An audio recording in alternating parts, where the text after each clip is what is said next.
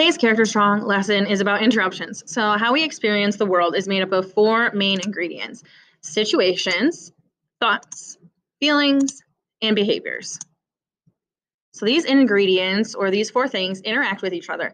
A situation happens. This is what it starts with. So, we start with situations. So, something happens. Then we have thoughts about how we perceive it or how we take it in. Then those thoughts help us create feelings about what just happened. And then those feelings play a role in how we decide to behave or our reaction or action to the situation. So a lot of this happens automatically or so quickly that we don't always think about what's going on. Remember how we talked about snap judgments was that like middle ground, that snap thinking that your brain processes what is going on and you have a feeling about it.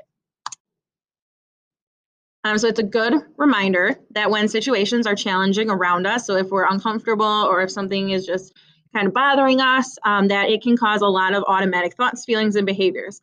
Some of them may be helpful for us or in line what we want for our lives and our future, but others may be less helpful or not kind of what we wanted for the day. There's lots of ways to interrupt this cycle, especially when we notice things aren't going or operating the way that we want them to. So as we look at these four ingredients, we're going to think about what we have control over and what an interruption in the situation might look like. So one example is, while I can't control all of my thoughts, I can choose to journal with prompts that help me think about both sides of an issue. So maybe your friends are having an argument or you're having an argument with your friend, and you can choose to journal about what you're feeling on that side of the issue and maybe what your friend is feeling on their side of the issue. Or another thing is, even though I'm feeling overwhelmed, I can choose to go for a run because I know that helps me feel calm. I've done that a lot. So on the weekends or if after work I'm like super overwhelmed or anxious about something, going for a run is probably one of the best things because I'm super distracted, especially if I bring my dog. She wants to go everywhere, smell things, or pull me this way or that way. So it kind of just like helps me escape my thoughts in my mind and kind of either the bad or whatever's bothering me. It's just a good release, and it gives you endorphins and all those good feelings that have in your body. What else could we say? So if you're feeling angry or mad, you could say, while I can't control my feelings, or while I'm feeling really angry or mad, I can choose to not yell at my friends or family. I can choose to come back to the situation when I'm feeling calmer. I can choose to take 3 deep breaths. I can choose to walk away and come back later. I can choose to express that I'm feeling frustrated and I need a moment to take for myself. So that was another example for you guys. So what we haven't talked about is the difference between things we can't control and times when we feel out of control. So yes, there are obviously things we cannot control. We cannot control the weather. We cannot control that school starts at 7:15. We cannot control what someone else says to us or about us. But there are times that we feel out of control, and that's different from something that we cannot control. So an example would be that we might have thoughts that happen over and over again that make us feel drained or depressed or upset. Like I remember when I was in high school, just like sometimes if I was in a fight with a friend, I'd be like, oh, I don't want to go to school today. If you keep thinking that every single day, you're not going to have a good day. Like if you keep thinking like, oh, I don't want to go to school, or oh, this sucks, or I hate school, you're going to end up hating school. So if we start feeling drained or depressed, we don't want to keep thinking these things over and over again. Because of these feelings, we might behave in ways that hurt ourselves or even others. All of us have highs and lows with our mental health and our well-being and our thoughts. If you feel like you aren't able to control the thoughts and feelings that are usually controllable for you, you're not alone. For sure, I've definitely been there. I know Miss Turner and I have talked about it. She's been there. It's just everybody has these ups and lows. Everything's not going to be sunshine and rainbows every single day. Things happen in life. Like COVID and being home from school and not being able to see your friends for almost a year. That happened to us. We had no control over it, and it's brought a lot of highs and lows and feelings out with all the situations. Interruptions can help us a lot of the time, but sometimes our situations, thoughts, feelings, or behaviors, so those 4 things that interact with each other, feel bigger than what we can tackle by ourselves or on our own. So if you are feeling like things are really hard or really heavy, or it's just a lot or overwhelming, then it's an important reminder that there are lots of people who do want to help carry these weights or these burdens with you. Like, especially here in school, we do not want you guys feeling alone. And there's a lot of people here that can help you with any thoughts you have and just even talking something through.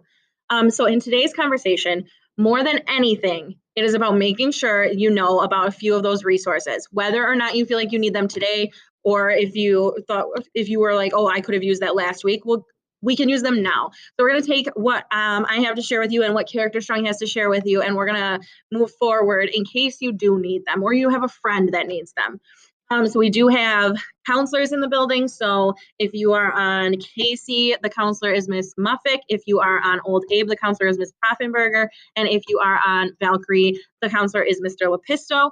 If you don't feel comfortable talking to any of them, we do have 2 social workers. The one for freshmen alone is Miss Ayla Jones. And then if you move up and you stay at Case, the social worker is Miss Holly Moore. And then also we have another social worker, like more of like a psych consult that works with the social workers and counselors. That's Miss Balbach. We also have Miss Shrettle, who's our speech and language pathologist. And obviously you can always talk to any teachers also that are on your team, or even just another teacher that might be on a club or something. We can also help you find resources and things to help you with anything you feel overwhelmed with. So from Character Strong, some mental health resources they want to share with you is that while there are thousands of resources out there, here are a few that you may not know about. I will share this with you guys, and I'll add the links so that you can go to any of these links and learn more if you would like. So if anyone has any other resources that they've heard about, you can put it underneath the assignment as a comment under Google Classroom. But there's the first one is Please Stay, created by Lady Gaga's Born This Way Foundation. There is Inclusive Therapist, which is a way to connect with more culturally responsive therapists. There is the Crisis Text Line. I know there's also the Crisis Call Hotline, where you can text a counselor to get support from a volunteer who cares, and they are trained. You can go to Write Love on Her Arms. This is one that I've heard about, and I do like this resource. It is a meaningful resources all in one place. It's just kind of like a hub for anything you want to know.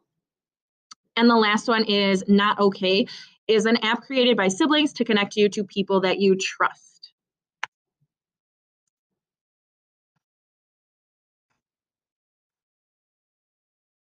And moving on, the character dare for this week is a solid support. So your goal or your challenge is to learn more about one of the organizations or a person or organizations that we have here at school that help to support mental health. So you can more easily use it for yourself or share it with someone that you care about. So like I said, a friend, a family member, maybe even just share it with a teacher. Just so you can say like, hey, I found this for myself. You don't have to share it if you don't want to, obviously. And the reason why is whether you've gone through some really challenging things or you've tried to support a friend or family member through their own tough stuff, remember that you don't have to have all the answers. None of us are experts. None of us have all the answers to every situation. And it's okay to not be okay. Like, it is okay to have a tough day. It is okay to be sad or upset a day or a few days. And just the more tools that we have to help us navigate these times that might be harder than other times, the better that we can take care of ourselves and others. So, like I've always told you guys, I am a safe space for you to come to if you want to talk about anything. It doesn't even have to be like upsetting. It could be, you can share that you got an A on a test, anything you want. And same with our counselors and all the other support staff that we have here for you guys. We like to share the wins, and we're also here for you if you're feeling down or you just need a little bit of support.